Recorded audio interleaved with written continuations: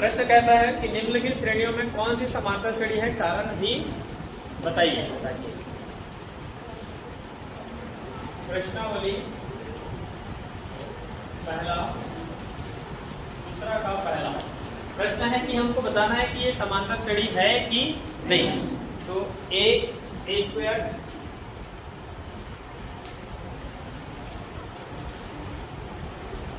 ए cube ए की घात 4 और डैश डैश दे दिया क्या? ये परिमित है कि अपरिमित है? अभी हमने समांतर श्रेणी के दो प्रकार पढ़े, परिमित और अपरिमित। क्योंकि इसमें बाद में डॉट डॉट डॉट आ रहा है, इसका कोई अंत हो रहा है क्या? नहीं। मतलब ये किस प्रकार का है? अपरिमित। ये अपरिमित प्रकार का समांतर श्रेणी है। समांतर श्रेणी को शॉर्ट में साफ से ऐसे करके भी लिख सकते हैं, समांतर श्रेणी। अब इसमें देखिए प्रथम पद बराबर ए है, तृतीय पद तृतीय पद ए क्यूब है, चतुर्थ पद ए की घात 4 है। पहले दो का अंतर निकाल कर देखिए, यहाँ द्वितीय पद माइनस प्रथम। द्वितीय पद क्या है? ए स्क्वायर। प्रथम पद क्या है? ए। घटा के देखो, दोनों में कॉमन क्या है? इसमें भी ए है, इसमें भी ए है। ए को कॉमन बाहर निकालेंगे तो अंदर क्या बचेगा? ए माइनस 1 ए स्क्वायर का, और ये था ए माइनस 1। ये पहला सवाल का निकल गया। तथा तृतीय में चतुर्थ को तृतीय को घटा के देखो, तृतीय पद माइनस द्वितीय पद। तीसरा पद क्या है? ए क्यूब। दूसरा पद क्या है? ए स्क्वायर। बाद वाले में पहले वाले को घटाना है ना, तो इसमें कॉमन क्या निकलेगा? ए स्क्वायर। ठीक है, जहां से इसको हम d1 d2 भी बोल सकते हैं। ए स्क्वायर कॉमन बाहर निकल गया तो अंदर क्या बचेगा? ए माइनस 1। क्या ये दोनों एक जैसे हैं? क्या सर्वांतर एक जैसा आ रहा है? इसमें ए माइनस 1, इसमें ए स्क्वायर ए माइनस 1। क्या दोनों एक जैसे हैं?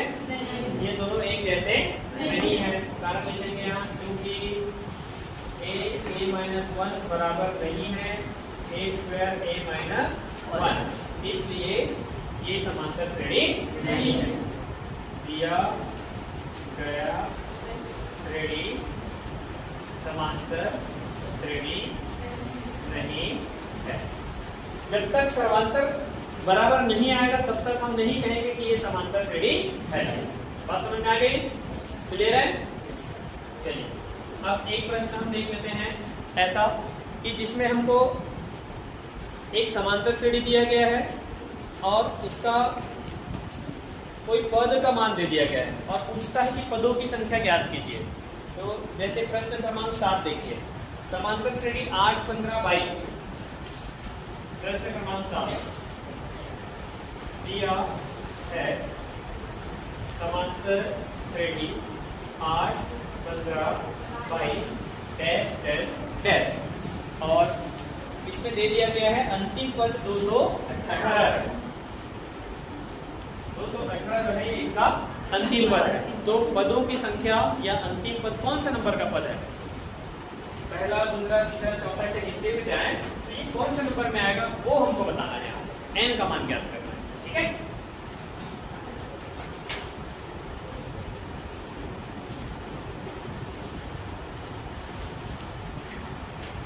अंतिम पद ज्ञात करना है। यहाँ पर सबसे पहले लिखेंगे प्रथम पद a1 बराबर, प्रथम पद कितना है? द्वितीय पद a2 बराबर। फिर हमें प्रथम और द्वितीय पद निकल गया, तो अब क्या निकालना है? हमें क्या निकालना है? सर्वांतर। d बराबर सूत्र होता है a2 माइनस a1, या दूसरा पद माइनस प्रथम पद। तो दूसरा पद यहाँ a2 का मान कितना है? 15। 15 में माइनस 8, 15 में में 8 घटेगा तो कितना बचेगा डी का मान 17 माइनस 8 मतलब डी का मान निकल गया। और क्या चीज पता है हमें यहाँ पर अंतिम पद को लास्ट कहते हैं इंग्लिश में एल फॉर लास्ट। तो अंतिम पद को हम प्रदर्शित करेंगे स्मॉल एल। टी का मतलब डिफरेंस, एल का मतलब लास्ट। तो लास्ट पद कितना है 218। क्लियर है।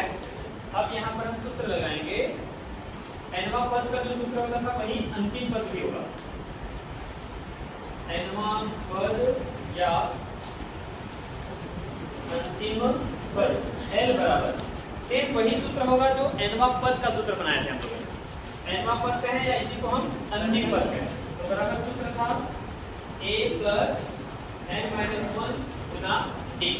एक ही सूत्र हमको याद रखना है a plus n minus 1 into d।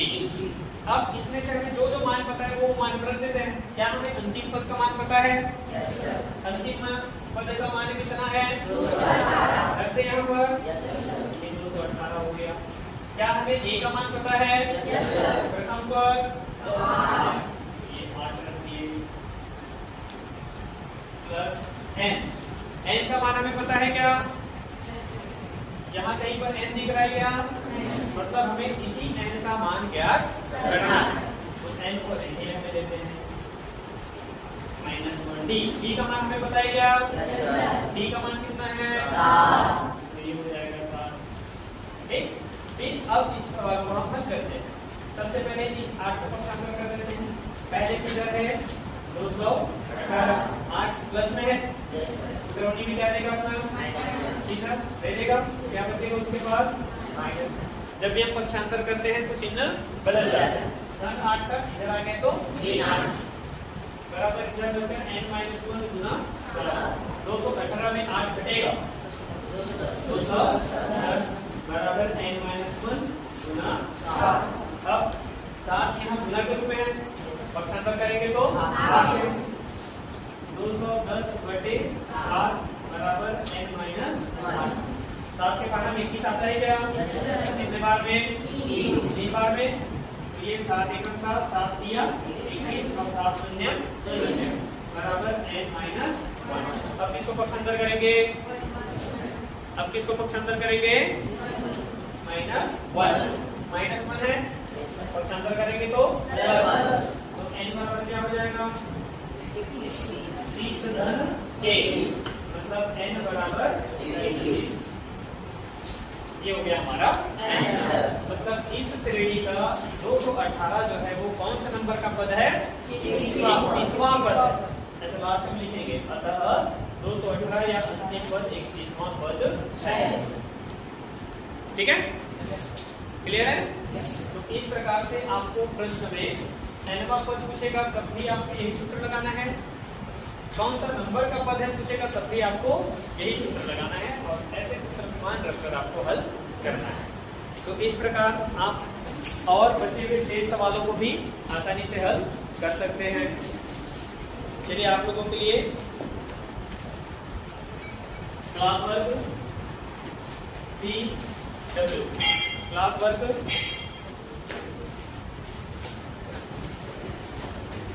27 24 21 का कौन सा पद शून्य है? बिल्कुल हूबहू ऐसे ही बनेगा। 27 24 21 का कौन सा पद शून्य ये आपको हल करना है। बिल्कुल सेम जैसे हम 218 था हमने यहाँ 218 रखे थे वैसे ही आपको शून्य रखकर इसको हल करना है। चलिए कीजिए। बाकी शेष सवालों को आप बनाएंगे और जो सवाल नहीं बनेगा उसके लिए नोट करेंगे, नोट करके ले आएंगे।